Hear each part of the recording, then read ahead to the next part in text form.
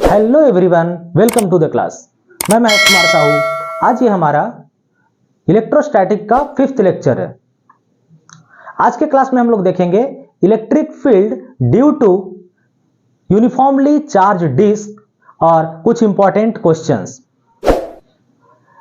इस लेक्चर को समझने के लिए बेहतर होगा कि आप इससे पहले वाले लेक्चर को जरूर देखें। तो चलिए आज का क्लास हम लोग स्टार्ट करते हैं। आज का हमारा फर्स्ट टॉपिक है electric field due to uniformly charge disc. एक डिस्क है जिसका रेडियस r है और इस पर सरफेस चार्ज डेंसिटी सिग्मा दिया हुआ है और इसके एक्सिस पर इसके सेंटर से x डिस्टेंस पर कोई पॉइंट है P, जहां हम लोग को इलेक्ट्रिक फील्ड का वैल्यू फाइंड करना है। यह पॉइंट P है। इसके पहले वाले क्लास में हम लोग electric field due to ring निकाले थे, तो वो याद ध्यान में रहना चाहिए। अगर आप नहीं देखे होंगे तो पीछे का लेक्चर जाकर के देख लीजिएगा।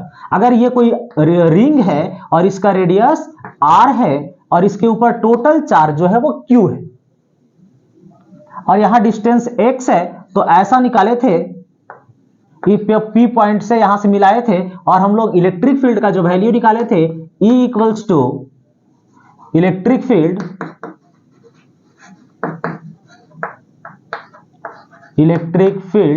Due to ring. ये वैल्यू हमारे पास कितना था?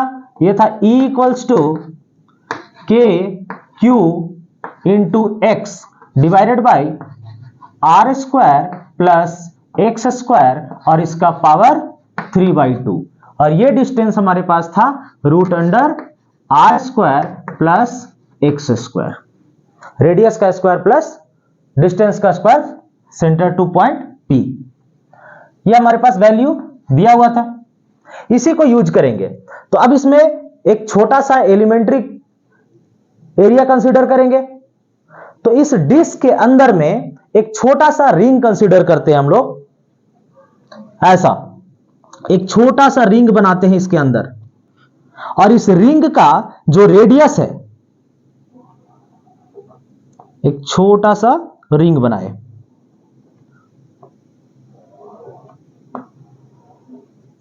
इस रिंग का जो रेडियस है यह है स्मॉल r और इसका जो थिकनेस है, इसका थिकनेस है dr और इसके ऊपर चार्ज है dq। टोटल चार्ज जो पूरे डिस्क के ऊपर है वो टोटल चार्ज कितना है? कैपिटल Q है। और इसके ऊपर जो चार्ज है, इस रिंग के ऊपर जो एलिमेंट्री एरिया हम लोग कंसीडर किए हैं, इसके ऊपर चार्ज कितना है? dq है। तो इस dq की वजह से, ये dq कैसा है? रिंग जैसा है, इसी रिंग के जैसा दिखाई दे रहा है। तो इस रिंग के कारण P पॉइंट पर इलेक्ट्रिक फील्ड कितना हो जाएगा? इस dq वाले रिंग के कारण, तो dq वाले रिंग के कारण जो इलेक्ट्रिक फील्ड बनेगा, ये बनेगा dE equals to k। Charge कितना है? dq है, तो चार्ज हो गया dq इंटू डिस्टेंस x है सेंटर से और डिवाइडेड बाई रेडियस का स्क्वायर। तो इस स्मॉल रिंग का रेडियस कितना है? स्मॉल r है, तो r का स्क्वायर प्लस x का स्क्वायर और इसका पावर 3/2। ये हो गया electric field due to ring. अब हम लोग को dq का वैल्यू निकालना है पहले। तो हम लोग पिछले क्लास में चार्ज डिस्ट्रीब्यूशन वाले क्लास में क्या देखे थे? चार्ज डिस्ट्रीब्यूशन वाले क्लास में देखे थे sigma equals to surface charge density equals to dq by dA। और इस केस में dA का वैल्यू कितना हो जाएगा? dA क्या है? Area of ring. जो रिंग हम लोग कंसीडर किए हैं जिसके ऊपर चार्ज dq है, एलिमेंट्री चार्ज जो है, इसका एरिया कितना हो जाएगा? तो एरिया को हम लोग कैसे निकालेंगे? तो पहले इसका लेंथ निकाल लेते हैं और इसके थिकनेस से मल्टीप्लाई कर देंगे। तो इसका लेंथ कितना हो जाएगा? 2πr और थिकनेस कितना है? dr। तो देखिए ये लेंथ और ये ब्रेथ दोनों मल्टीप्लाई होगा तो क्या बन जाएगा? एरिया बन जाएगा। तो ये हो गया dA। तो यहां से अब dq इक्वल्स टू क्या हो जाएगा? dq इक्वल्स टू हो जाएगा सिग्मा dA और dA का वैल्यू, तो dq इक्वल्स टू सिग्मा और dA का वैल्यू है 2πr dr। इस dq के वैल्यू को इसमें पुट कर देते हैं तो DE equals to K into sigma 2 pi R dr into X divided by R square plus X square और इसका पावर 3/2। अब इस डी को अगर इंटीग्रेट कर दें हम लोग तो इधर भी इंटीग्रेट करेंगे और इस डी को इंटीग्रेट करेंगे तो क्या मिल जाएगा, इस रिंग को इंटीग्रेट करना पड़ेगा कहां से कहां तक, तो सेंटर से लेकर के कैपिटल आर तक। ये पहला सबसे पहले रिंग कहां बना होगा, सेंटर पर बना होगा, तो उसका रेडियस 0 होगा। फिर ये रिंग ऊपर बढ़ते बढ़ते आर का वैल्यू 0 से स्टार्ट होकर के कहां तक जाएगा, स्मॉल आर का जो वैल्यू है वो 0 से स्टार्ट होकर के कैपिटल आर तक जाएगा, तब ये बनेगा पूरा डिस्क। तो हम लोग इसको इंटीग्रेट करेंगे, तो जब इसको इंटीग्रेट करेंगे तो ये टोटल इलेक्ट्रिक फील्ड बन जाएगा। तो उसको इंटीग्रेट करते हैं।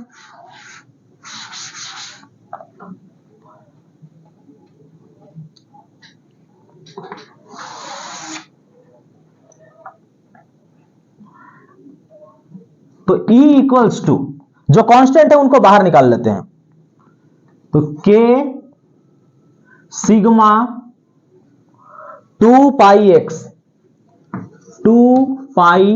x, यहां x कांस्टेंट है इस फिगर में, वेरिएबल कौन है, स्मॉल r। तो इंटीग्रेशन किसका होगा, इंटीग्रेशन होगा r dr divided by r square plus X square और इसका पावर 3/2। इसका इंटीग्रेशन करना है। तो इसका इंटीग्रेशन कैसे करेंगे, तो देखिए इसका इंटीग्रेशन के लिए क्या करेंगे, R square plus X square, इसको मान लेते हैं हम लोग टी स्क्वायर, और दोनों साइड डिफरेंशिएट कर रहे हैं आर के रेस्पेक्ट में। तो आर के रेस्पेक्ट में डिफरेंशिएट होगा तो ये क्या हो जाएगा 2r, x कांस्टेंट है 0 हो गया, इक्वल टू t को डिफरेंशिएट करेंगे तो ये हो जाएगा 2t dt by dr। Differentiation में ऐसा ही होता है ना, t जो है वो वेरिएबल है लेकिन वो r के रेस्पेक्ट में डिफरेंशिएट होगा तो 2r, 2 बाहर आ गया, 2t dt बाई dr। तो यहां से 2 से 2 कैंसिल हो जाएगा, तो क्या बचेगा, dr को इधर ले आइए, तो r dr इक्वल्स टू क्या हो जाएगा t dt। अब इसको इसमें पुट करते हैं, तो पहले इंटीग्रेशन कर लेते हैं, यह वैल्यू पूरा लिखते हैं, k सिग्मा 2 पाई x integration R D R को हम लोग क्या लिख सकते हैं, टी डी टी, तो लिख दिए T D T divided by R square plus X square को हम लोग क्या लिख सकते हैं, टी स्क्वायर, तो टी स्क्वायर और इसका पावर कितना हो गया 3/2। ये पावर 1/2 से ये पावर 2 कैंसिल हो जाएगा, तो कितना बचेगा, टी का पावर 2 बचेगा, सॉरी टी का पावर 3 बचेगा। यहां से ये 2 और ये 2 कैंसिल हो गया, तो यहां डायरेक्ट हम लोग लिखते हैं टी का पावर 3, टी का पावर ये हो गया 3 और टी का पावर 3 से कैंसिल हो जाएगा, तो यहां क्या बचेगा, यहां बचेगा एक टी से एक टी कैंसिल हो जाएगा ना, तो यहां से टी कैंसिल हुआ और ये बचा टी का पावर 2। तो electric field equals to K sigma 2 pi x integration of, ये टी का पावर ऊपर जाएगा तो टी का पावर -2 dt। इसको इंटीग्रेट करेंगे तो क्या होगा, ये हो जाएगा E equals to K sigma 2 pi x integration होने के बाद ये हो जाएगा -1/t, ऐसा हो जाएगा इंटीग्रेट होने के बाद। अब इसमें t का वैल्यू पुट कर देते हैं, तो t का वैल्यू क्या हो जाएगा, यहां से t का वैल्यू निकालेंगे तो t equals to root under R square plus X square होगा, तो पुट कर रहे हैं इसका वैल्यू, तो E equals to K sigma 2 pi X put करेंगे इसमें 1 minus 1 by R square plus X square और इसका रूट, इसके ऊपर रूट, और लिमिट कहां से कहां तक, तो लिमिट पुट करेंगे 0 से लेकर के कैपिटल आर तक। स्मॉल आर का जो लिमिट है वो कहां से कहां तक है, 0 से कैपिटल आर तक, तो स्मॉल आर पुट होगा 0 से कैपिटल आर तक। अब इसका वैल्यू निकालेंगे, तो एक बार अपर लिमिट पुट करेंगे कैपिटल आर और लोअर लिमिट पुट करेंगे 0। तो इसमें E का जो वैल्यू हो जाएगा वो कितना हो जाएगा, E equals to K sigma 2 pi x, और अपर लिमिट पुट करेंगे, एक माइनस साइन है तो यह हो जाएगा 1 by root under capital R का स्क्वायर माइनस एक्स का स्क्वायर, सॉरी प्लस एक्स का स्क्वायर, ये माइनस में आएगा, फिर minus minus plus, minus lower limit है ना, तो माइनस लोअर लिमिट और एक माइनस पहले से है तो प्लस हो गया, और ये हो जाएगा 1 बाई स्मॉल आर का वैल्यू इस बार क्या हो जाएगा, स्मॉल आर का वैल्यू हो जाएगा 0, तो ये सिर्फ एक्स स्क्वायर बचेगा, तो root under X square, X अकेला बचेगा।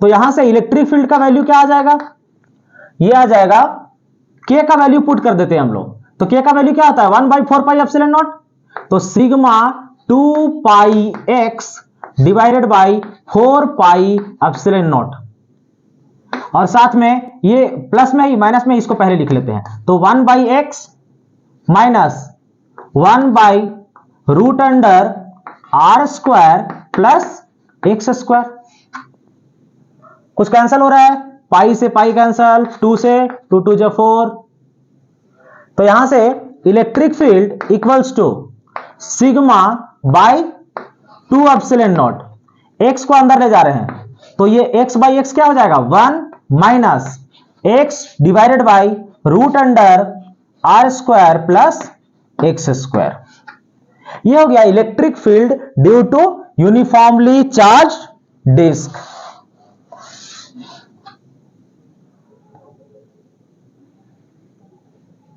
नेक्स्ट देखते हैं हम लोग, अगर ऐसा हो कि ये जो यूनिफॉर्मली चार्ज डिस्क है ये इनफाइनाइट डिस्क हो जाए, इनफाइनाइट मतलब ये बहुत बड़ा हो जाए, तो इसका रेडियस क्या हो जाएगा, इनफाइनाइट हो जाएगा।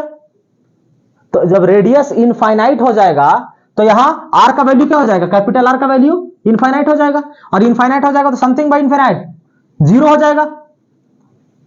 तो for infinite charge disc,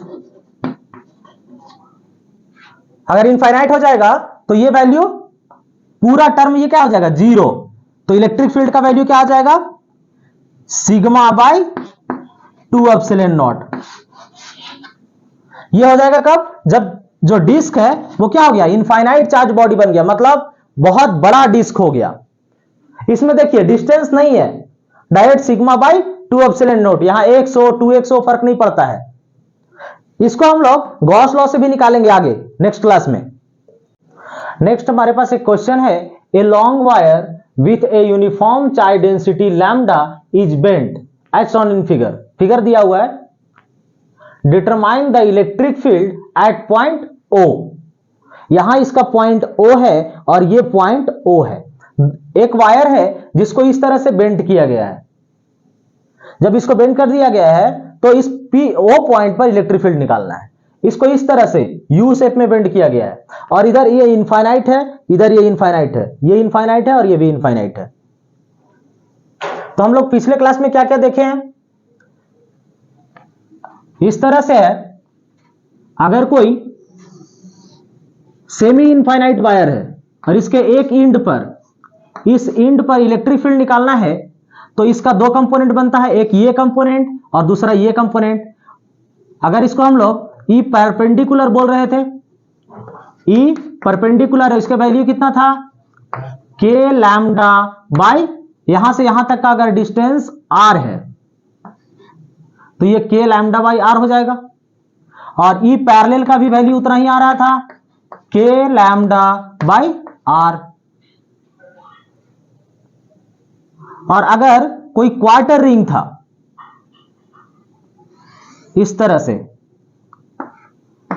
quarter ring था, तो इस केस में इसका दो इलेक्ट्रिक फील्ड बन रहा था, एक इस डायरेक्शन में और एक इस डायरेक्शन में।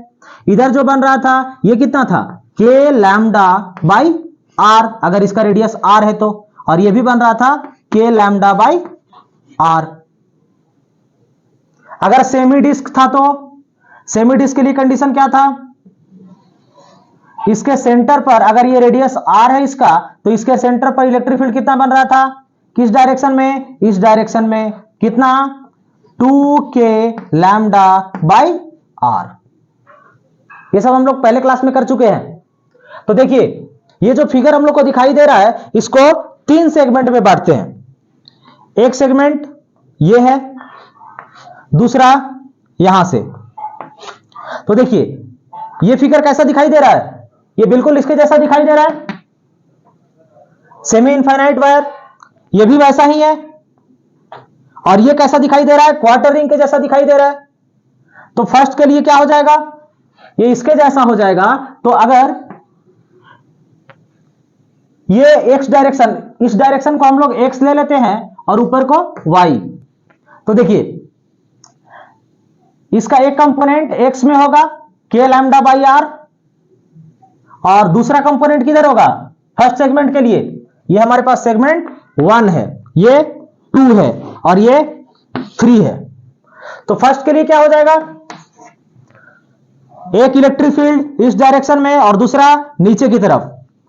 तो जो इलेक्ट्रिक फील्ड हो जाएगा वो कितना हो जाएगा, E equals to X direction में के लैम्डा बाई रेडियस कितना दिया है, कैपिटल आर दिया है, तो आर आई कैप,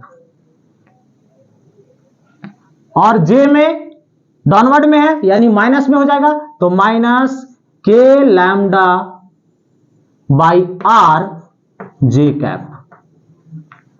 ये हो गया फर्स्ट सेगमेंट का E1। E2 देखते हैं सेकेंड सेगमेंट के लिए।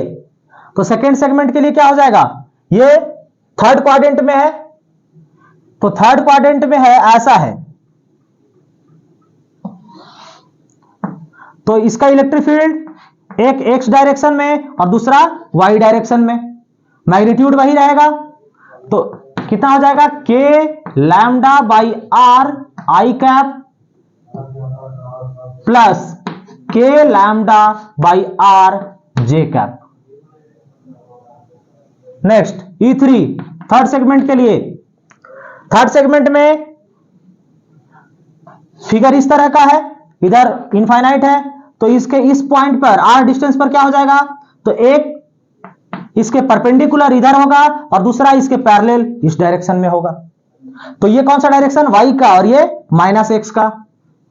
तो ये हो जाएगा k lambda by r i cap, लेकिन ये किस डायरेक्शन में, निगेटिव डायरेक्शन में, प्लस ये y डायरेक्शन में, तो के lambda by r j cap.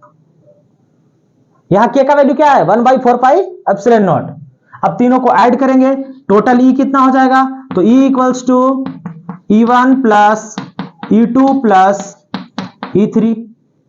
तो देखिए एक I प्लस में, दूसरा I प्लस में और एक माइनस में, तो एक से एक कैंसिल हो जाएगा, क्या बचेगा, E equals to k lambda by r i cap. J cap में देखते हैं, तो जे कैप में एक माइनस है एक प्लस, ये कैंसिल हो गया, एक बचा हुआ है, तो plus k lambda by r j cap. ये हो गया total electric field at point O। Second figure के लिए हम लोग देखते हैं। सेकेंड फिगर में भी हम लोग इसको 3 सेगमेंट में बांटेंगे। ये फर्स्ट सेगमेंट, ये दूसरा और ये थर्ड सेगमेंट। फर्स्ट सेगमेंट में एक इनफाइनाइट सेमी इनफाइनाइट वायर है, ये भी वैसा ही है, और सेकेंड सेगमेंट में एक सेमी सर्कुलर डिस्क है। तो अभी हम लोग क्या देखे थे, अगर ये सेमी इनफाइनाइट वायर है तो इस पॉइंट पर एक इलेक्ट्रिक फील्ड इधर और एक इलेक्ट्रिक फील्ड इधर, ये E परपेंडिकुलर और ये E पैरेलल, और इसका value K lambda by are और इसका भी value K lambda by R. Semi disc के लिए अगर डिस्क ऐसा है तो इलेक्ट्रिक फील्ड इस डायरेक्शन में, और इसका रेडियस r है तो इसका value 2k lambda by are. और इस फिगर के इस तरफ निकालना हो, इस वायर के इस तरफ निकालना हो तो क्या हो जाएगा, इलेक्ट्रिक फील्ड इस डायरेक्शन में और इस डायरेक्शन में। ये हो गया ई परपेंडिकुलर और ये हो गया ई पैरेलल, और इसका भी वैल्यू उतना ही। अगर ये r है तो क्या हो जाएगा, E equals to k lambda by are, और इधर भी E equals to k lambda by are. तो देखिए फर्स्ट सेगमेंट के लिए E1 का वैल्यू हमारे पास क्या हो जाएगा, E1 हो जाएगा I के डायरेक्शन में, ये है ना E1, तो यहां O के पास निकालना है तो ये x एक्सिस में और ये माइनस y एक्सिस में। तो E1 equals to k lambda by r i cap minus k lambda by r j cap. Second segment के लिए क्या हो जाएगा, तो ये हो जाएगा y डायरेक्शन में, यानी 2k lambda by r j cap, यहां x नहीं है। थर्ड सेगमेंट के लिए क्या हो जाएगा, तो थर्ड सेगमेंट के लिए यहां से o डिस्टेंस पर ना, तो ये रेडियस r है तो ये हो जाएगा माइनस x में, तो minus k lambda by r i cap minus ये माइनस y में होगा तो minus k lambda by r j cap. तो टोटल इलेक्ट्रिक फील्ड कितना हो जाएगा, E1 plus E2 plus E3,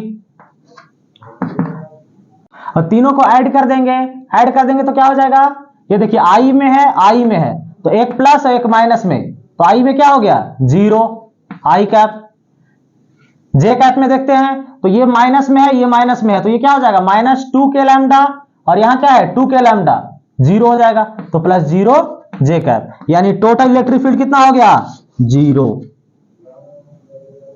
next हमारे पास एक क्वेश्चन है, a segment of charge wire of length L and charge density λ2 and an infinite long charged wire of charge density λ1 lies in a plane at right angle to each other.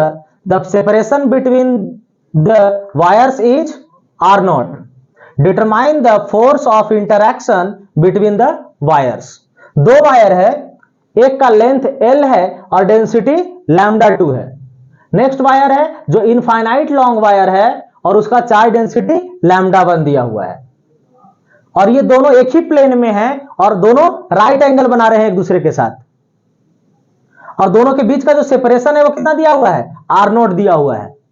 कुछ इस तरह से है, एक infinite long wire है इस तरह से, और इसका चार्ज डेंसिटी λ1 है, और दूसरा वायर है परपेंडिकुलर डायरेक्शन में जिसका लेंथ L है और चार्ज डेंसिटी λ2 है, और दोनों के बीच का जो सेपरेशन है यानी यहां से यहां तक का जो लेंथ है वो कितना है r0 है। अब एक दूसरे के ऊपर फोर्स लगाएंगे क्योंकि दोनों चार्ज बॉडी हैं, तो फोर्स ऑफ इंटरेक्शन जो होगा वो कितना होगा वो निकालना है हम लोग को। तो निकालेंगे कैसे, तो एक इसको हम लोग मान लेते हैं कि ये एक चार्ज वायर है और इसका फील्ड यहां है, तो इसके फील्ड में जब ये वायर रखा हुआ है तो फोर्स लगाएगा उसके ऊपर, तो ये वायर क्या करेगा फोर्स एक्सपीरियंस करेगा। कितना फोर्स एक्सपीरियंस करेगा, तो ये जो फोर्स एक्सपीरियंस करेगा कूलम्ब्स लॉ से हम लोग निकालेंगे इसको। लेकिन इस पॉइंट पर देखिए इसका लेंथ यहां पर और यहां पर ये पूरा लेंथ L है, तो ये जो पॉइंट है ये इस वायर से कम डिस्टेंस पर है और ये पॉइंट जो है वो इस वायर से ज्यादा डिस्टेंस पर है। मतलब फील्ड क्या हो रहा है, वेरी कर रहा है। जैसे जैसे इसका लेंथ आगे बढ़ते जा रहे हैं उसका इसका जो फील्ड है वो वेरी कर रहा है। तो निकालेंगे हम लोग कैसे, तो फोर्स निकालने के लिए पहले इसमें एक छोटा सा एलिमेंट कंसीडर करते हैं। ये छोटा सा एलिमेंट कंसीडर किए, ये छोटा सा एलिमेंट जो है इसके ऊपर जो चार्ज है वो है dq और इसका जो लेंथ है वो है dx, और इस वायर से उस dq का जो लेंथ है वो है x। तो हमारे पास जो फोर्स हो जाएगा dF किसकी वजह से? इस dq की वजह से इसके ऊपर, या इसकी वजह से dq के ऊपर। ये कितना हो जाएगा? Electric field into dq। F equal to क्या होता है? Electric field into q, charge. तो इंटीग्रेट करेंगे तो ये क्या बन जाएगा? F बनेगा। और इलेक्ट्रिक फील्ड एक इनफाइनाइट वायर के कारण कितना होता है? इस पॉइंट पर। तो यहां से अगर डिस्टेंस r0 है तो इलेक्ट्रिक फील्ड का वैल्यू हम लोग पिछले क्लास में निकाले हैं, कितना?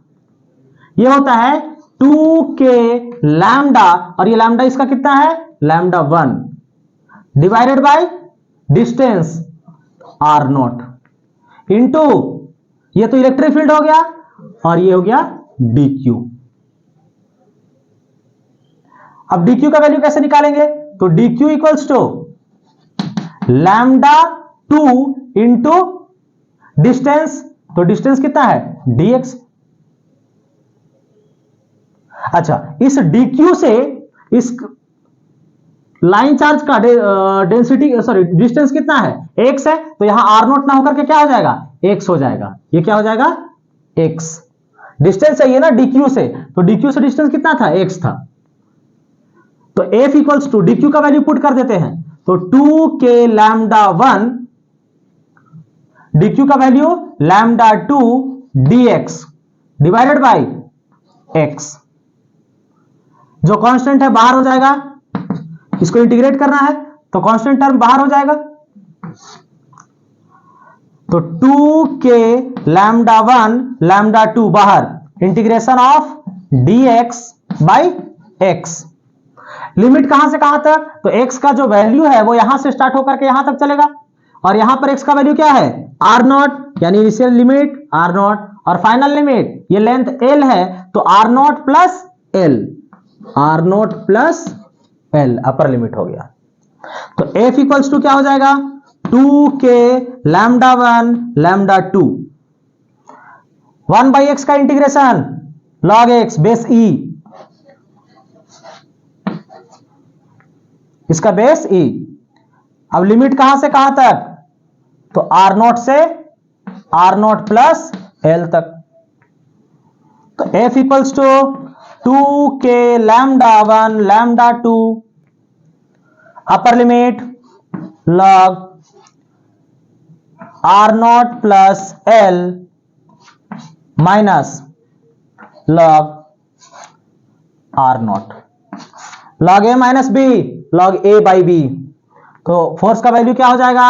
फोर्स का वैल्यू हो जाएगा 2k lambda 1 lambda 2 log a by b ना, तो ये हो जाएगा r0 plus l by r0।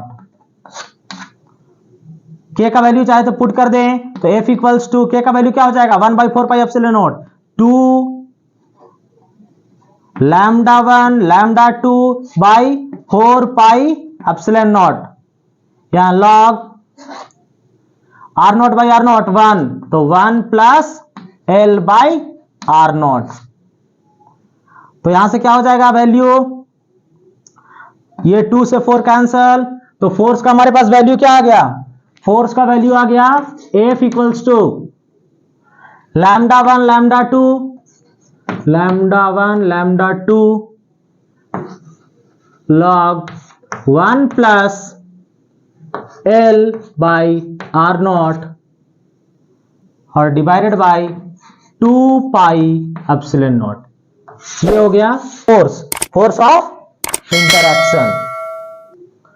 आगे हम लोग नेक्स्ट क्लास में देखेंगे। अगर वीडियो अच्छा लगा हो तो लाइक, सब्सक्राइब और शेयर करना ना भूलें। Thank you for watching.